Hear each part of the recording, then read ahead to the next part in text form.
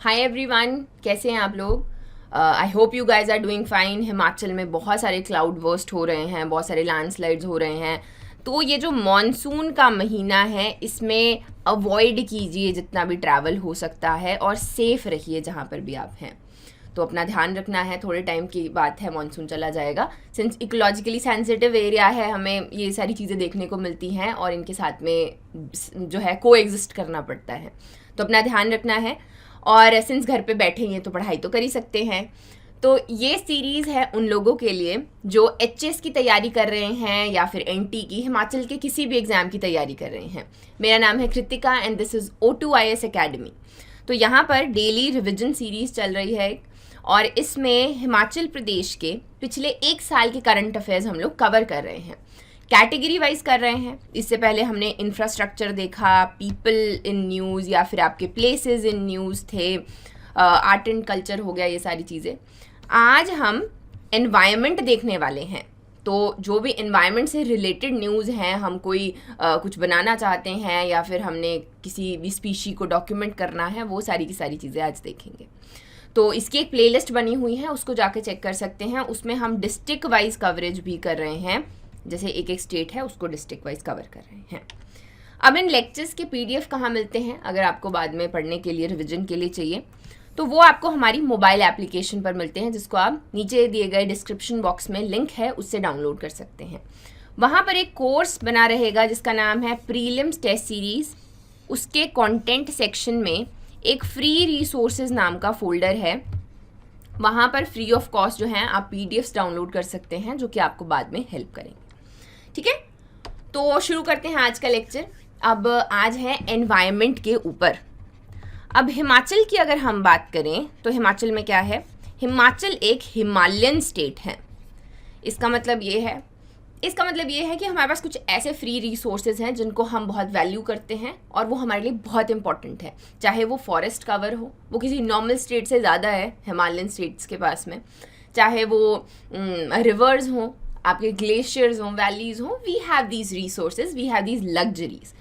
तो अब हम क्या चाहते हैं कि हम सस्टेनेबली ग्रो करें, सस्टेनेबल डेवलपमेंट भी हो, लेकिन ये जो हमारी बायोडाइवर्सिटी है इसको भी हमें बचा के रखना है, इसका भी ध्यान रखना है।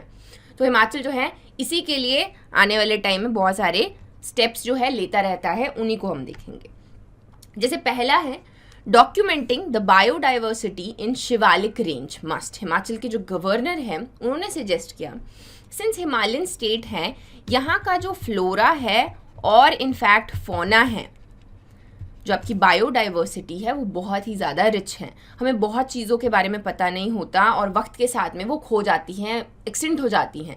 तो हमने उन्हीं को सेव करना है, उसके लिए हम लोग पार्क्स बनाएंगे। लेकिन पहला स्टेप क्या रहेगा कि उनको डॉक्यूमेंट करना है, उनको आइडेंटिफाई करना है।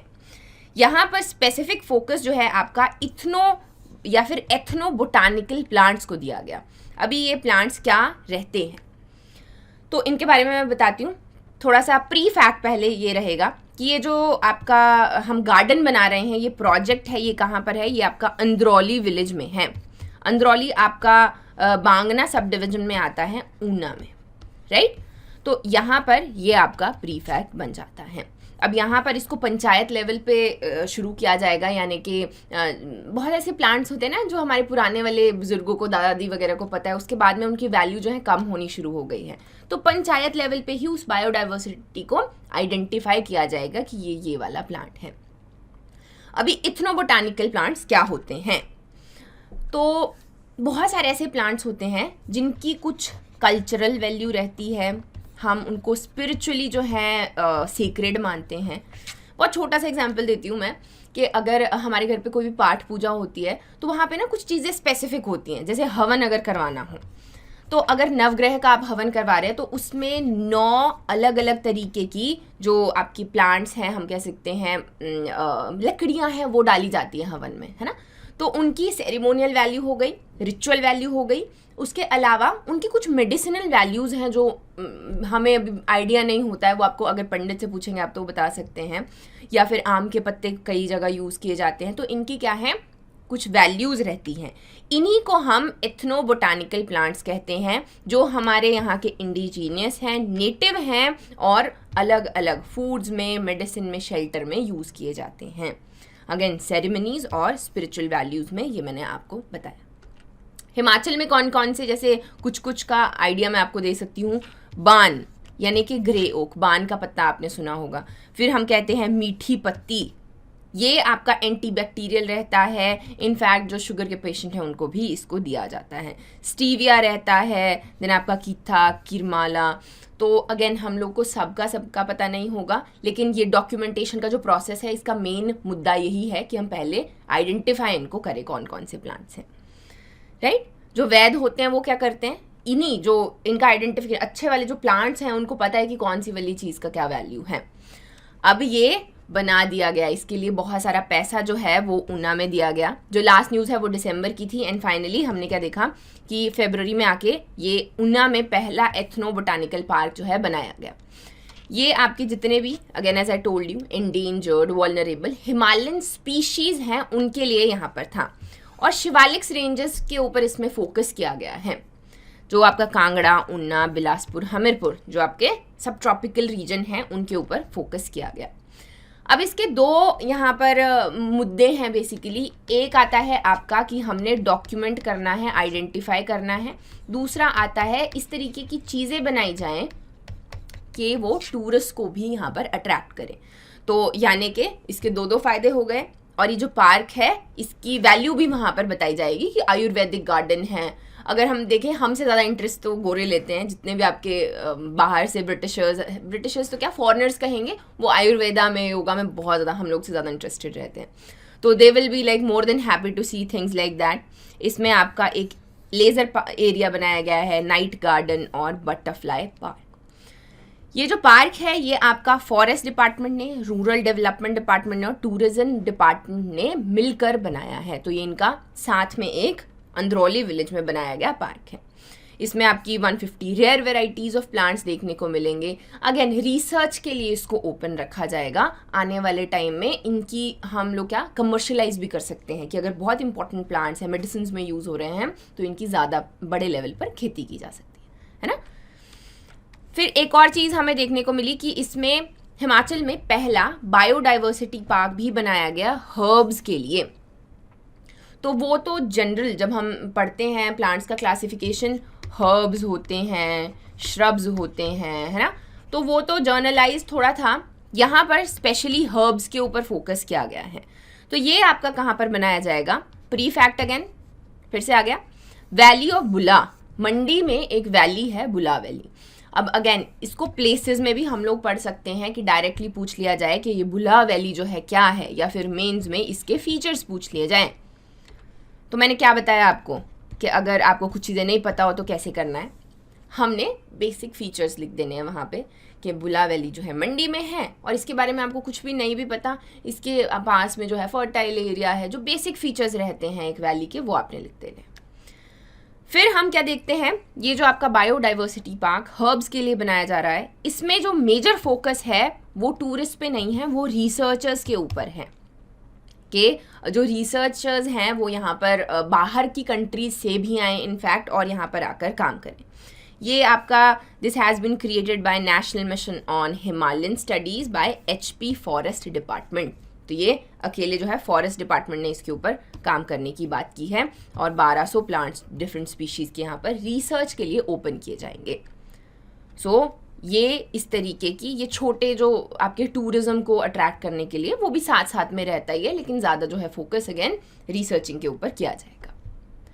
अब ये तो हुई बात फ्लोरा की। अभी फौना की अगर हम बात करें तो हिमाचल में सोलन में इसके लिए आपकी रिपोजिटरी बनाई जा रही है, यानी कि प्लांट्स के साथ में बहुत सारे ऐसे एनिमल्स भी हैं जो कि एक्सटिंक्ट होने की कगार के ऊपर बैठे हुए हैं, जिनका हमें आने वाले टाइम में अगर एक्सटिंक्ट हो जाते हैं, हमें ना तो उनके बारे में कुछ पता होगा, ना जो बेसिक सी चीज़ें, जैसे हम डोडो के बारे में पढ़ते हैं ना कि डोडो जो है वो एक ऐसा आपका एनिमल था जो कि एक्सटिंक्ट हो गया।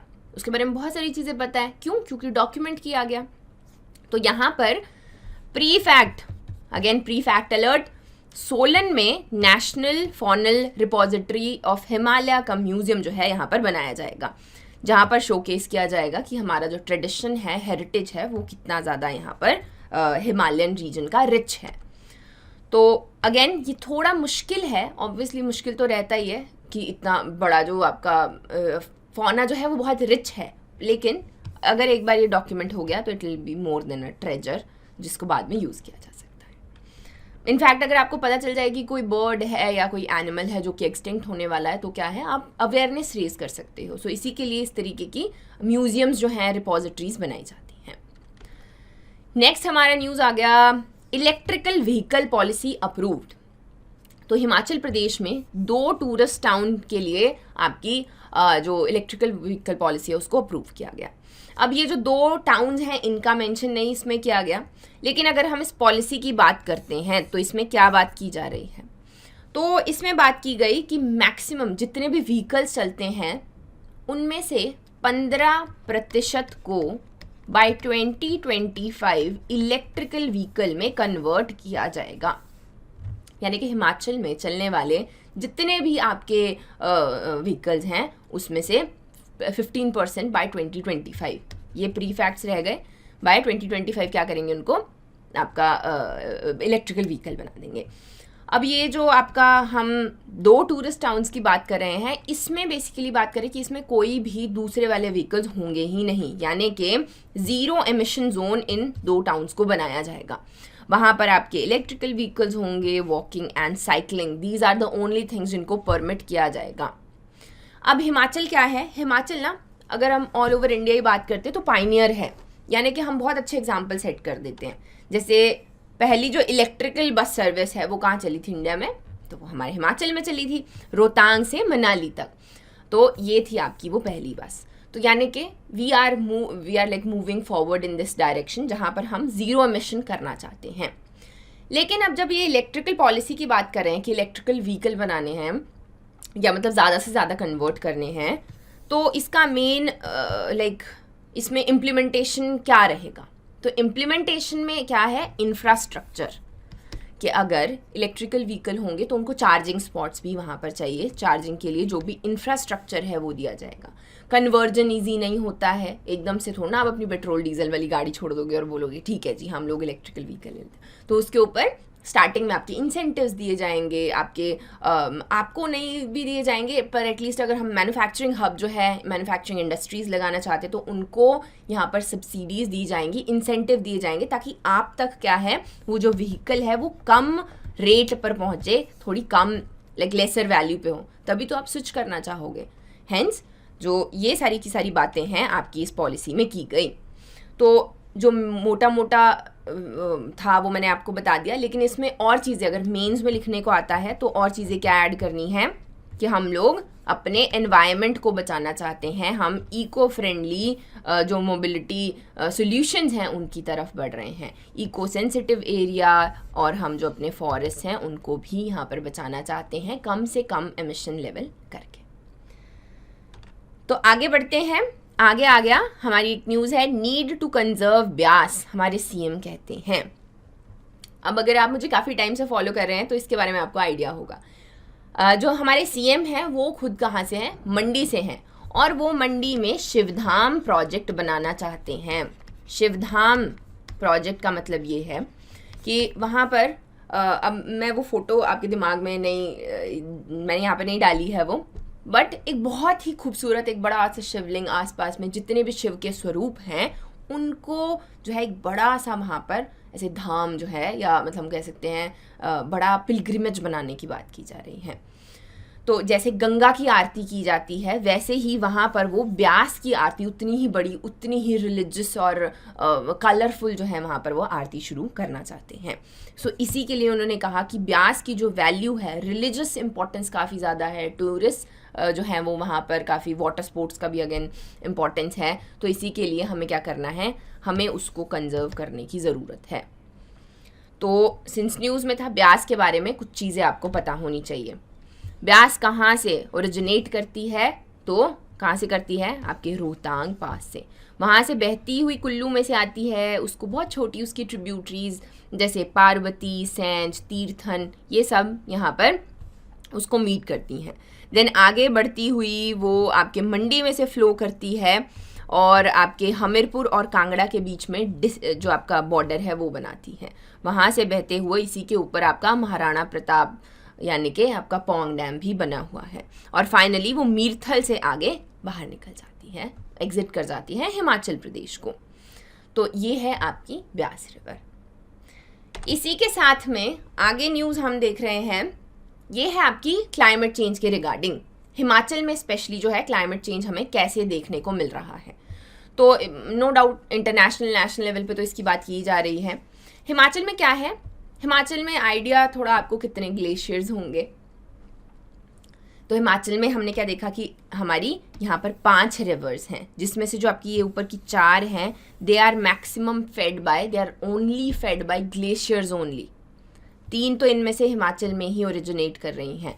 तो हिमाचल में करीब 800 ग्लेशियर्स हैं, हेंस पानी की कभी कमी नहीं होती क्योंकि हमारे पास में ऑलरेडी सोर्सेज हैं। लेकिन अभी क्या देखने को मिल रहा है कि जो आपका एरिया अंडर ग्लेशियर्स है उसमें डिक्रीज है। इसका मतलब ये है कि जब आपका ग्लेशियर मेल्ट करता है तो ग्लेशियर लेक्स बड़े होते हैं और जो भी उनकी ट्रिब्यूटरीज हैं उनमें पानी बढ़ता है। लेकिन ये कोई अच्छी बात नहीं होती है। इसका मतलब ये है कि जो टेम्परेचर्स हैं वो आपके राइज कर रहे हैं।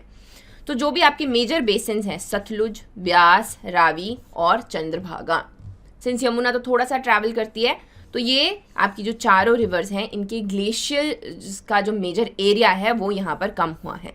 इससे क्या हो सकता है, तो इससे जितने भी आपके डाउन स्ट्रीम एरियाज हैं वहाँ पर फ्लड का पोटेंशियल बढ़ जाता है।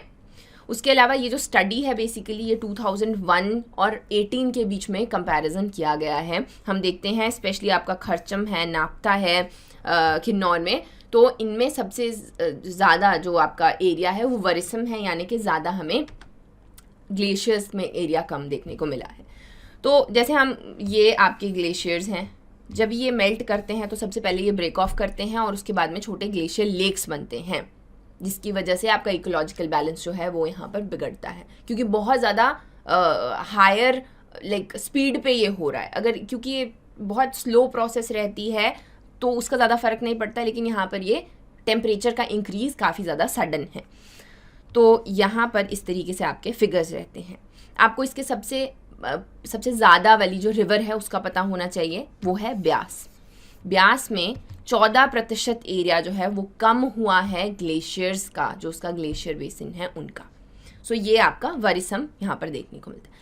इसका एक और फ़र्क क्या है, जब ऐसा है तो जो मैक्सिमम पावर जनरेशन है हिमाचल में, जो कि हम इलेक्ट्रिसिटी बनाते हैं और स्टेट्स को भी देते हैं, वो मैक्सिमम आपकी समर्स में की जाती है। तो ये आपके पावर जनरेशन को भी यहाँ पर इम्पैक्ट करता है। अगर टोटल नंबर ऑफ लेक्स अगर हम देखते हैं, सतलुज बेसिन में 562 लेक्स हैं, ये 2019 की एक स्टडी कहती है। चेनाब में 242, ब्यास में 93 और रावी में 37।